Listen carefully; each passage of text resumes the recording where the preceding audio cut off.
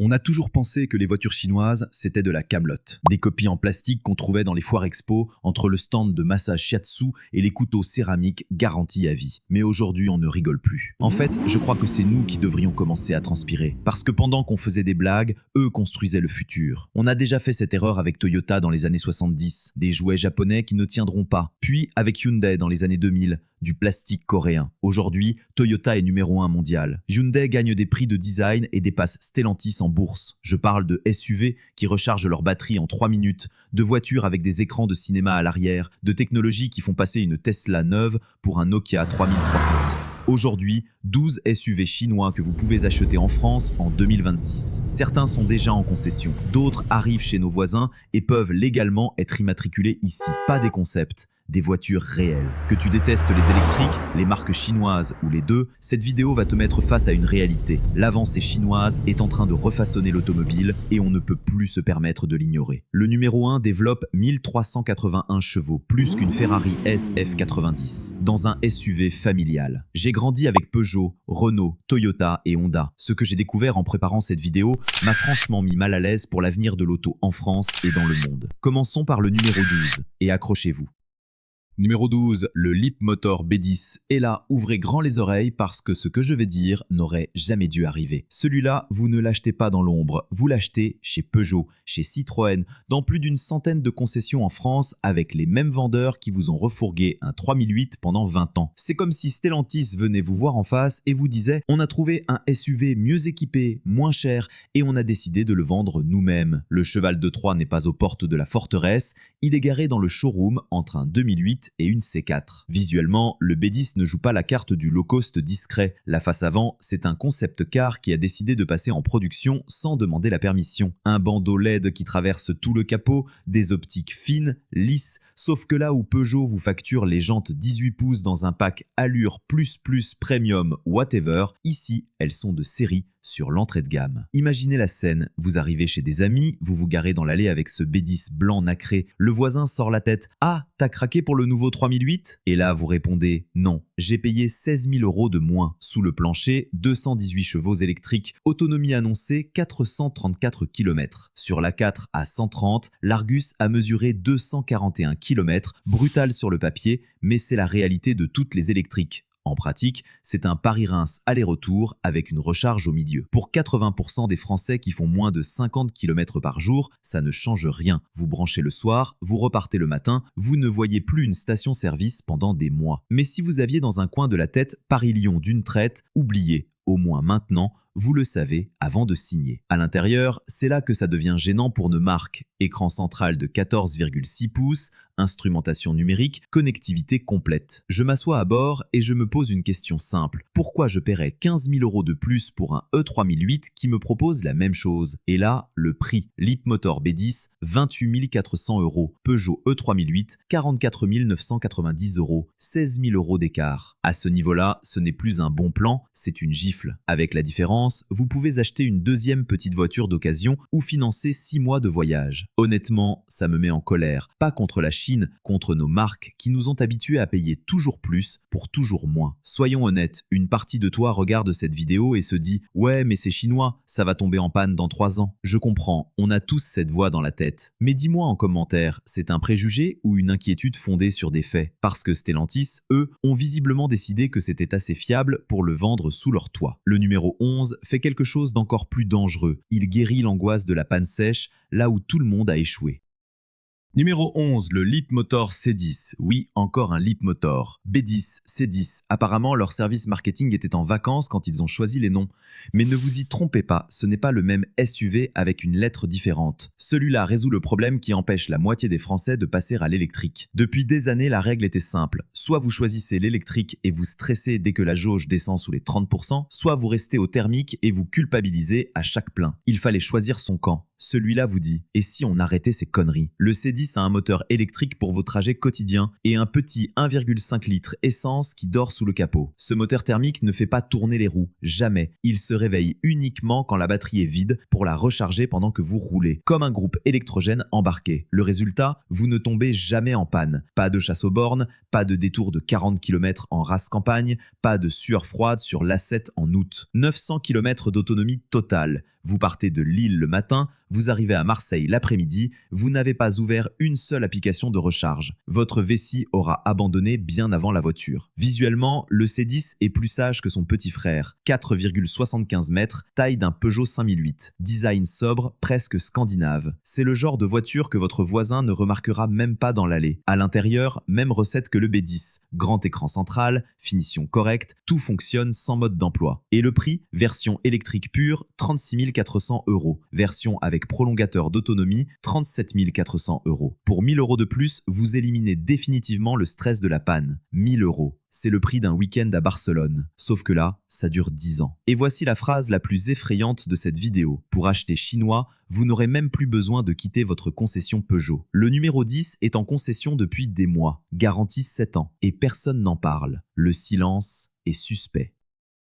Numéro 10, le MGE HS Hybride Plus. Et là, je vais vous raconter une scène que vous avez peut-être déjà vécue. Vous arrivez chez le concessionnaire. Budget, 30 000 €. Vous savez ce que ça veut dire? Un Dacia avec quelques options ou une japonaise d'entrée de gamme avec la clim et la radio. C'est la règle depuis 20 ans. Et là, on vous montre le MGE HS. Siège chauffant, de série. Toit panoramique, de série. Écran 12,3 pouces, de série. Caméra 360 degrés, de série. 224 chevaux. Garantie 7 ans ou 150 000 km. Pour 29 990 €. C'est un Dacia Bigster qui aurait pris des stéroïdes, fait un MBA et décidé de mettre les constructeurs européens au chômage. 4,74 mètres, gabarit C5 Aircross. Le design est sage. MG ne veut pas vous effrayer. Ils veulent que vous disiez « Tiens, c'est pas mal, ça ressemble à ce que je connais ». Et puis vous regardez le prix. Et là, c'est le cerveau qui plante. Hybride simple, pas rechargeable. La batterie se recharge toute seule en roulant. Consommation réelle, 6,5 à 7 litres au 100. L'intérieur est honnête, tout fonctionne, rien ne grince. Le Dacia Bigster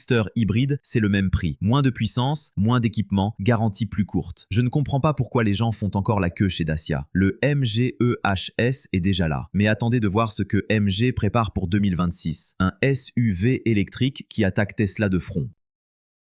Numéro 9, le MGS 6EV. On vient de voir le MG d'aujourd'hui. Voici le MG de demain. Et il vise directement la gorge de Tesla. Jusqu'ici, la règle était claire. Pour avoir un grand SUV électrique sûr et performant, c'était 50 000 € minimum. C'était le ticket d'entrée. Celui-là débarque avec 361 chevaux, 530 km d'autonomie, 5 étoiles Euro NCAP pour probablement 42 000 €. 4,71 mètres, plus grand qu'un Skoda Enyaq. L'empattement de 2,83 mètres est au sommet de la catégorie. En clair, vos passagers arrière auront de la place pour leurs jambes. Même votre beau-frère d'1,90 m qui se plaint toujours. Le design est sobre, façon MG4, mais en plus imposant. Ça dit « Je suis une vraie voiture », pas un prototype échappé d'un salon. À l'intérieur, MG a pensé aux familles. Plus de 30 rangements, coffre de 493 litres, toit panoramique de série. Pour emmener les petits-enfants à la plage, avec les serviettes, les jouets, le pique-nique et la glacière, c'est le format parfait. Ils auront plus envie de rester dans la voiture climatisée que de descendre sur le sable brûlant. Tesla Model Y, 42 000 € aussi. Mais le MG a plus d'espace intérieur, une garantie de 7 ans et vous n'avez pas à supporter les tweets d'Elon Musk. Maintenant, une marque que vous ne connaissez pas encore. Chery, ça ne va pas durer. Leur premier SUV ressemble tellement au Land Rover Defender que les avocats de Jaguar doivent déjà préparer leur dossier.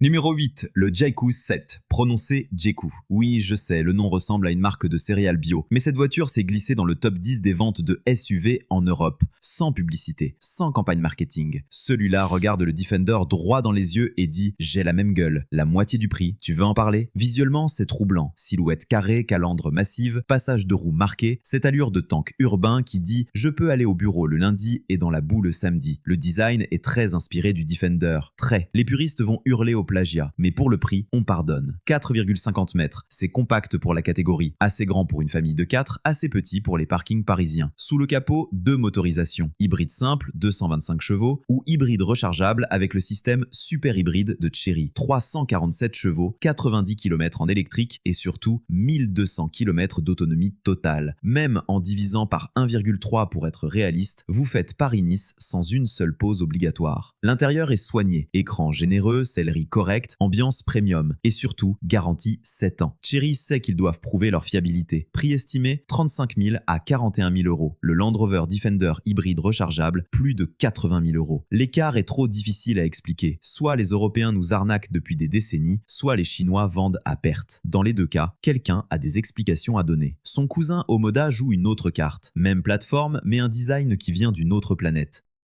Numéro 7, l'Omoda 7. Même groupe que le Jayco, même moteur. Mais là où le Jayco copie le Defender, l'Omoda copie le futur. Le design futuriste, jusqu'ici, c'était réservé aux marques premium. Vous vouliez le look de concept car dans votre allée, sortez 60 000 euros minimum. Celui-là veut remplacer votre Qashqai vieillissant en ajoutant 3 couches de LED, un écran géant et 347 chevaux hybrides rechargeables pour le prix d'une Mégane bien équipée. 4,62 mètres de science-fiction roulante. La face avant a cette signature lumineuse en X qui traverse tout le museau. Le capot est sculpté comme une armure. Les lignes sont fluides, agressives, extraterrestres. Ça ne ressemble à rien sur les routes françaises. Certains vont adorer et passer commande immédiatement. D'autres vont trouver ça too much et retourner chez Peugeot. Mais personne ne passera à côté sans le remarquer. Même recette que le Jayco sous le capot, 347 chevaux, 90 km d'autonomie électrique. Vos trajets quotidiens en électrique, le thermique pour les vacances. L'intérieur joue la carte techno. Écran central de 15,6 pouces, instrumentation numérique, ambiance, vaisseau spatial. Si vous êtes à l'aise avec les tablettes, vous allez adorer. Prix estimé environ 37 000 euros. Le Peugeot 3008 hybride rechargeable, 45 000 euros. 8 000 euros de moins pour la même puissance. Jusqu'ici, on a vu des hybrides et des électriques accessibles. Maintenant, on passe à la vraie technologie chinoise. Le numéro 6 recharge sa batterie de 10 à 80% en 12 minutes. Le temps de commander un café.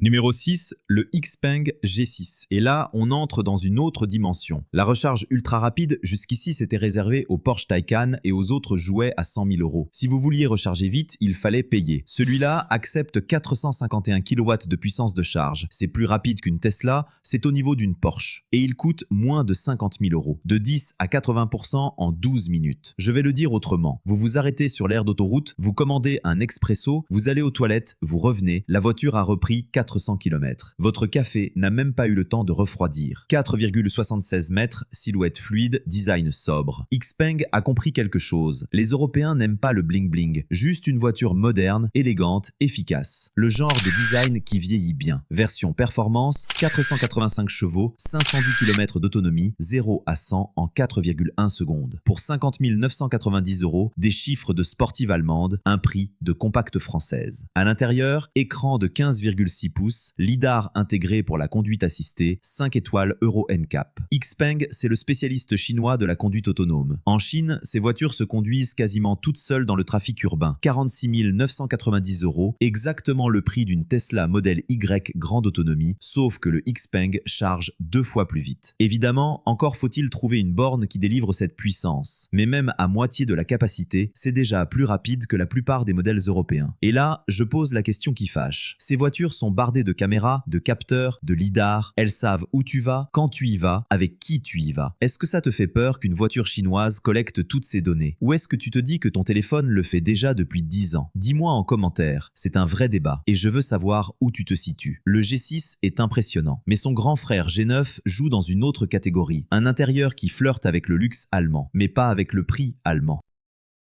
Numéro 5, le Xpeng G9. On vient de voir le petit frère, voici le patron de la famille. Le luxe électrique, c'est Tesla Model X, BMW iX, Mercedes EQ SUV. Budget minimum pour entrer dans ce club, 100 000 euros. C'est le prix de l'excellence. Celui-là offre des prestations comparables, pour 40% de moins. Et techniquement, il les dépasse sur la recharge. 4,90 mètres, c'est imposant, c'est statutaire. C'est le genre de voiture qui fait tourner les têtes sur l'aire d'autoroute. Bandeau lumineux signature qui traverse toute la face avant, sans le badge allemand. Jusqu'à 575 chevaux. Recharge à 525 kW, record du segment. De 10 à 80% en moins de 15 minutes. Même les Porsche ne font pas mieux. Sellerie cuir Napa, finition soignée, ambiance lounge. Un écran de 15 pouces devant le passager pour qu'il regarde ses séries pendant que vous conduisez. Siège massant à l'arrière. Système audio premium qui transforme l'habitacle en salle de concert. Pour un couple qui fait Bordeaux-Nice chaque été, vos lombaires ne sauront même pas que vous avez fait 700 km. Vous arriverez moins fatigué qu'après une sieste. Prix 59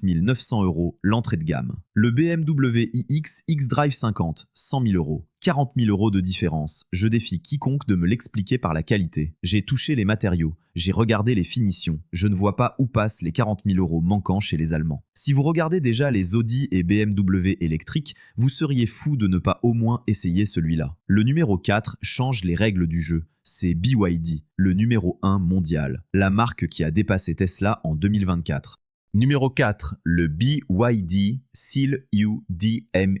BYD, 3 lettres. Il y a 2 ans, personne ne les connaissait en France. On les prenait pour un fabricant de batteries. Des voitures chinoises bas de gamme qu'on disait. En 2024, BYD a dépassé Tesla en nombre de véhicules vendus. Numéro 1 mondial. Ce n'est pas une prédiction, c'est un fait. C'est comme si vous découvriez que le meilleur sushiman de Paris était chinois depuis le début et qu'il vous faisait payer moitié prix. Le Seal U, c'est 4,78 mètres de SUV familial. Design Dragon Face, signature de BYD, sobre, rassurant. C'est le genre de voiture que votre belle-mère ne critiquera pas, et c'est déjà une victoire. Mais la vraie révolution, c'est sous le capot. Le système DMI fonctionne à l'inverse des hybrides classiques. D'habitude, le thermique fait tourner les roues et l'électrique donne un coup de pouce. Ici, c'est l'inverse. Le moteur électrique fait tout le travail. Le thermique dort et se réveille uniquement pour recharger la batterie, comme un groupe électrogène intelligent. Résultat, une conduite incroyablement douce, quasiment silencieuse. Vous avez l'impression de rouler en électrique, sans l'angoisse de la panne. Ce que tous les essayeurs retiennent, le confort. Suspension bien calibrée, insonorisation soignée, siège accueillant. C'est le premier SUV hybride où vos petits-enfants auront plus envie de s'installer à l'arrière que sur le canapé du salon. Et vous ferez des détours pour prolonger le trajet. Prix 39 500 €. Le Peugeot 3008 PHEV, 45 000 €. BYD numéro 1 mondial. Vous le saviez? Maintenant oui. Son petit frère Sea Lion 5 est encore plus agressif, plus compact, moins cher et une promesse. 1016 km d'autonomie pour 30 000 €. Mais il y a un piège.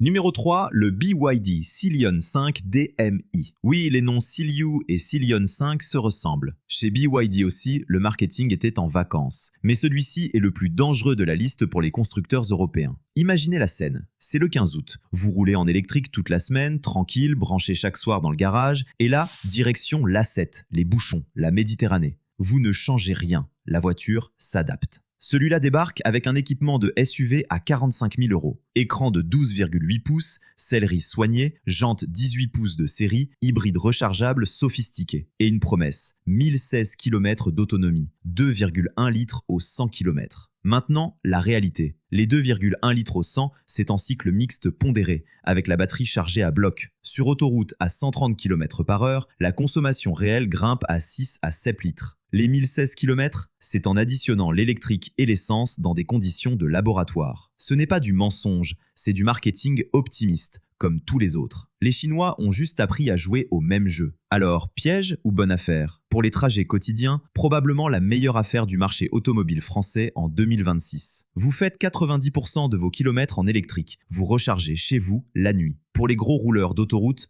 faites vos calculs. 29 990 €. Le Peugeot 3008 PHEV, 45 000 €. 15 000 € d'écart. Ça paie beaucoup de litres d'essence. Le top 2. Le numéro 2 fait quelque chose qu'aucun constructeur européen n'ose même envisager. Il fait le plein de batterie en 3 minutes. Pas 30, pas 15, 3.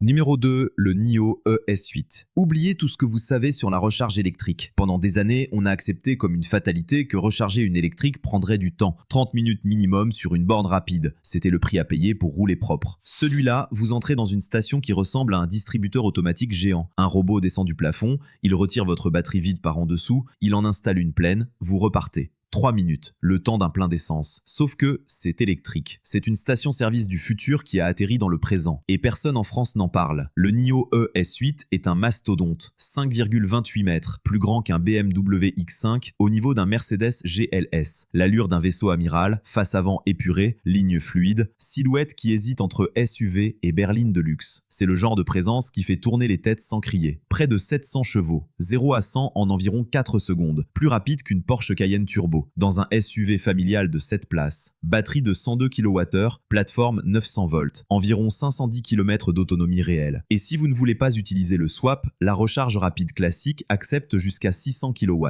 de 10 à 80% en 20 minutes. Mais c'est l'intérieur qui transforme ce SUV en ovni. 6 ou 7 places au choix, siège Zero Gravity qui s'incline presque à plat pour les pauses sur autoroute, un écran de 38 pouces, un système audio Dolby Atmos avec 27 haut-parleurs, 3 lidars pour la conduite assistée. L'intérieur ressemble plus à un salon qu'à une voiture. Je suis assis à l'arrière et j'oublie que je suis dans un véhicule. Pour un couple de 60 ans qui fait Lyon-Barcelone en une journée, vos lombaires ne sauront même pas que vous avez quitté le canapé. En Norvège, déjà vendu autour de 53 000 €. En Allemagne, aux Pays-Bas, en Belgique, disponible. Et en France, pas encore. NIO n'est pas encore arrivé chez nous. L'expansion européenne continue. Mais pour l'instant, si vous le voulez, il faut aller le chercher chez nos voisins. Un port possible à surveiller. C'est frustrant. Pendant que nos voisins profitent du swap de batterie en 3 minutes, nous en sommes encore à discuter bonus et malus. Spectaculaire, révolutionnaire. Mais le numéro 1 est un monstre d'une autre dimension. Un SUV avec plus de puissance qu'une hypercar italienne.